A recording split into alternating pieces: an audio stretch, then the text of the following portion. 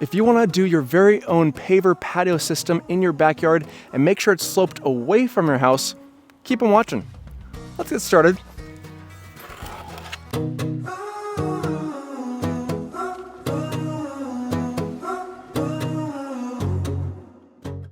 As you can see, this is one beautiful log cabin home, but when you go off of their back porch, you walk into a rough looking terrain, and that's what we're going to fix in this project today. The first step on this particular project is to take down this old staircase in order for us to install our paver patio all the way across the back side of the house. The staircase has definitely seen some better days, and as you can see, it doesn't take much to take this thing fully apart. All I had to do is remove a few screws and then take my reciprocating saw straight to our stair stringers. Now that I have the staircase fully removed, it's time to do some layout. In terms of layout, the first thing I do is grab some steel stakes and start placing them where I approximately want our patio to be. Now, nothing doesn't have to be set in stone at this point. This just gives you a nice general sense of where you want your patio to be placed. Once I have all my stakes down, I then grab a can of striping paint and start connecting each one of these stakes together. Now, as you might have noticed, there was some striping paint already on the grass, which actually made my life a little easier because the client did that for me ahead of time. But just know that this specific line is just an indicator of where I generally want the patio to be placed. Plus, with the help of a handy drone, I'm quickly able to reference the overall pattern with the client, or in your case, potentially your significant other. Once you agree upon the overall layout, you can move on to the next step. Many things can determine the overall finish height of your patio, but in this case, we have a smaller staircase that is not going to be demoed and removed, and therefore I want to make sure that the rise stays consistent from the first step to the patio.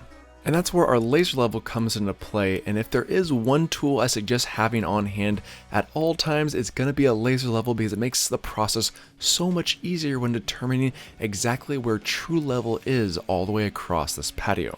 I have our laser level set at 7.5 inches for our rise at the very bottom of our step, and then I'm able to transfer that measurement over to our stakes, and once I have that accounted for on all of our stakes across the entire perimeter, I then grab a string line and run that all the way around.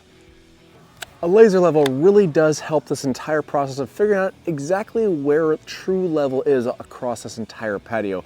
There are a couple high spots and low spots, but for the most part, it's the same exact level all the way through, which makes it easier when it comes time for excavation. So let's get to that.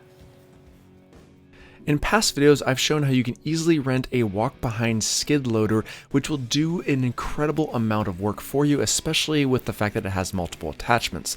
On this project, we were very lucky because my friend had a tractor and it was easily able to remove all this grass and do copious amounts of other things on this project, which you'll see shortly. But I know not everyone will have the opportunity to have this size of a tractor on your project, which is why I mentioned the walk-behind skid loader, because those come extremely narrow and therefore the vast majority can easily be driven into a backyard if needed. In order to have the most accurate removal of our lawn as possible, I do take a shovel and penetrate the grass all the way along our perimeter. Now, we are doing this project in the dead of summer, and the soil in this area is extremely clay-based, which means it's very dense and very difficult to get through, which is, again, another reason why I'm glad I have a tractor on hand. If on your particular patio project you want some type of outdoor kitchen or other entertainment area that needs some type of utilities, now is the perfect time to make sure you have a proper trench all the way out to where it needs to be. And if you are doing that, having a trenching excavator attachment for your tractor is extremely handy and truly appreciated from my perspective, because this would have taken much longer to do if we didn't have something like this. The reason why we're digging two trenches is because one is going to be for water and the other one is going to be for electrical. And for the electrical one, we're using a large PVC conduit that can be buried underneath the ground, and then later down the road when we do want to run our electrical through it, we can do that at that time. At all connections, I'm applying a purple PVC primer first, letting it dry for approximately 5 to 10 seconds, and then applying our blue adhesive to both sides, squeezing them into place, and you'll have a permanent leak-proof connection that's extremely strong and durable.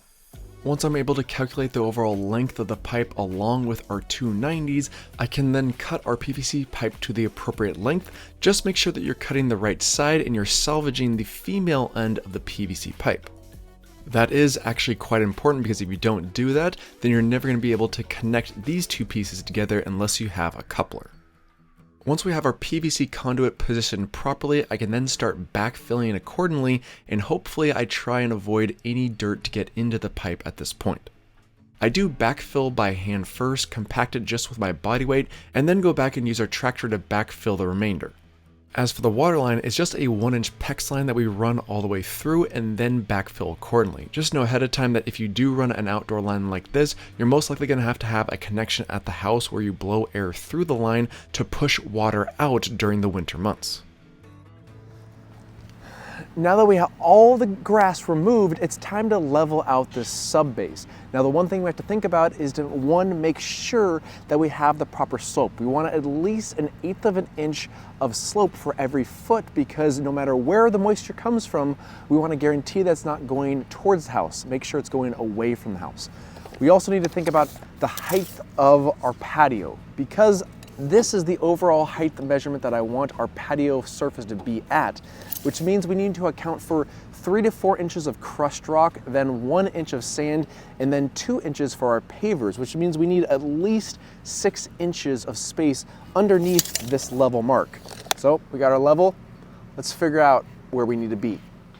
The laser level I have has this handy base where I'm actually able to rotate the laser any direction, which is extremely handy because I'm able to keep the level solidified at one specific location, which means I can guarantee that we have proper levelness across this entire plane, no matter what direction we're placing it at.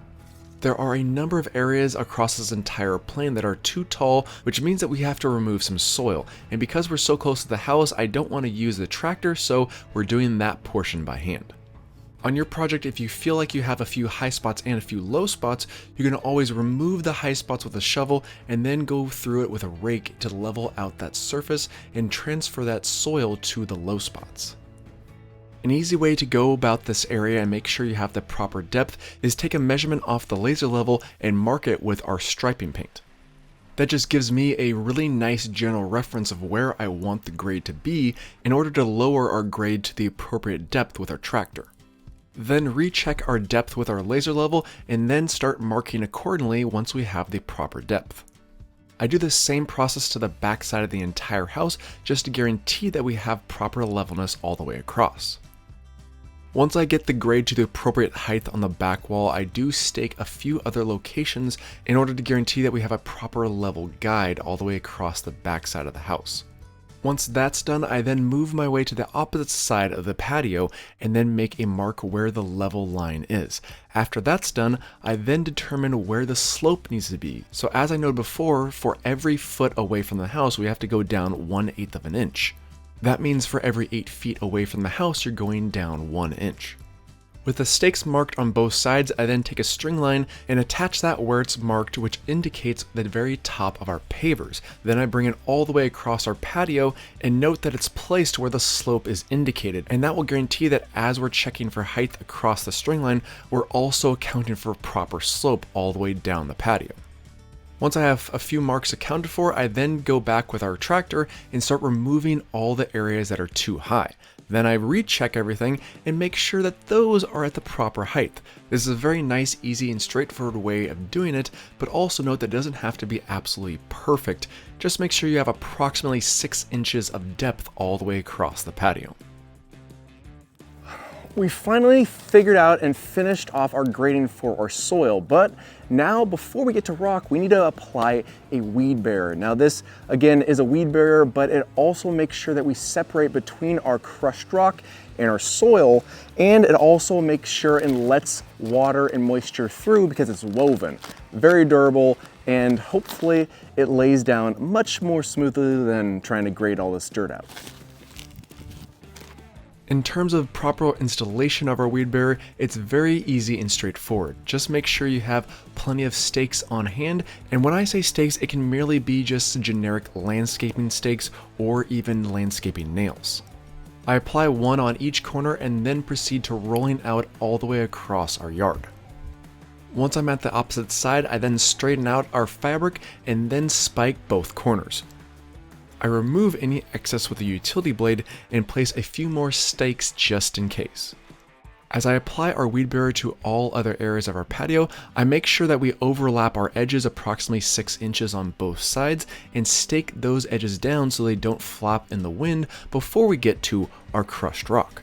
We have approximately 750 square feet of patio, and in order to guarantee that we have at least 3 inches of crushed rock and then some, we had 8 yards of 5/8 inch minus crushed rock delivered and dumped right in place, or at least as close as we could get to our patio. And again, this is where the tractor or a rentable skid loader can be a huge benefit to a project this size because it's so easy to maneuver material in place. This crushed rock does have a few different names based upon your area, but in our area it is called 5/8 crushed minus. And the minus is important because those are small particles spread throughout the larger rock, and that's very important, especially when it comes time for compacting. In order to smooth out large areas of the crushed rock quickly, I'm just using your standard rake, but in order to get larger areas fully leveled out, I'm using this guy.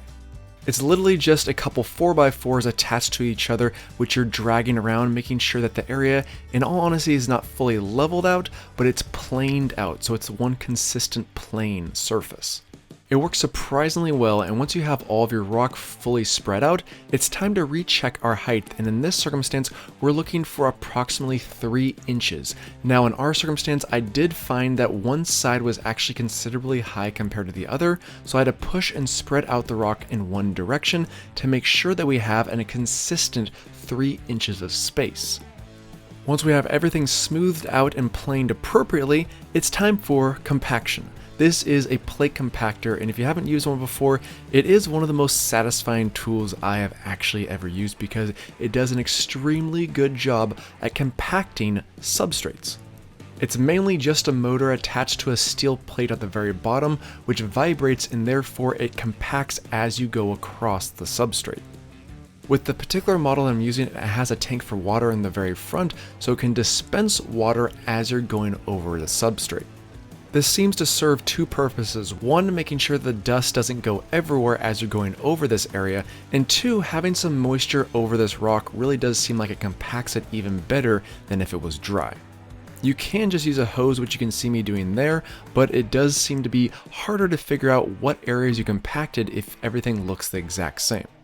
After I go over all of our crushed rock 3 continuous times, it's time for sand. We're looking for approximately 1 inch of sand above our crushed rock and having 2 inches still left for our patio pavers. I run a string line across the entire backside of the house, and that will provide the exact height needed of our sand, which I will then bring our conduit to. The diameter of this steel conduit is perfectly 1 inch, which is going to be used for a rail to guarantee that we have a nice smooth surface of sand all the way across this patio.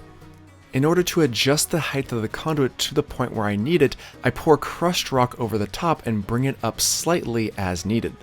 Once I like the levelness, I bring over a 2x4, connect these two conduit pieces together, and check for their levelness.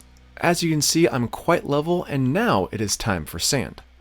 The sand we're using on this project is a very coarse sand, and I specifically called it out as Paver Patio Sand when I asked for the large dump order. We did order 3 yards of this sand, which was definitely more than what we needed, but they didn't do half yards, so I wanted to guarantee that we had plenty for this project.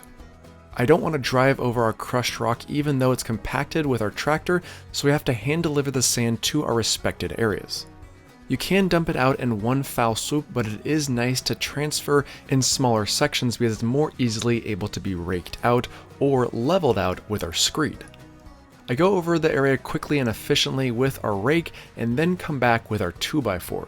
The 2x4, as you can see, rests on both sides of the conduit, and I'm pushing away any of the excess sand. Once I get to the proper level of the conduit, all of a sudden the sand becomes extremely level and smooth, which is exactly what we're looking for in this circumstance. Once I start running low on the sand, we add more to the backside and smooth out the remaining section. Now that we have one section done, we can move on to the adjacent section right next to it. I had another piece of conduit leveling it out with the string line on one side and then leveling out the other side with our actual level.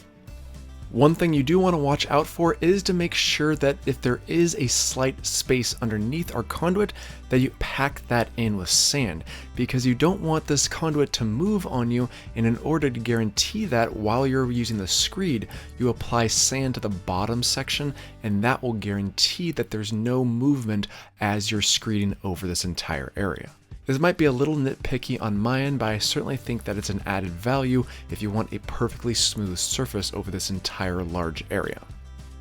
As I make my way to the next section of sand, it's the same exact process, leveling out the conduit, and then of course pouring and screeding as much sand as needed along the rails. On our project, there were a few areas where it was near impossible to screed off properly, so I took a concrete trowel and smoothed it out as best as possible until I got to the point where I could start using my screed. And just like any of my videos, if there are any tools and materials that you see in this video that you want to purchase for yourself, I'll make sure and leave a link in the description box below. Now that we have the sand fully laid out by the house, it's time to move on to the next sections, and the key element at these locations is to transition our slope away from the house properly. That's where our string line comes into play with the stakes that we already nailed in place. The stakes are already accounted for 1 inch of slope for every 8 feet, and therefore we have 2 inches of slope to these stakes. This is coming down 2 inches because that's the thickness of our pavers. And we're basically making a nice little triangle all the way across. And now that is dipped down actually 4 inches because we have 2 inches of paver, but then we have 2 inches of slope. So keep that in mind in your project, and away we go. In order to account for the proper height of our conduit, I need to take my laser level and measure out the height of our string line at the very end of our conduit.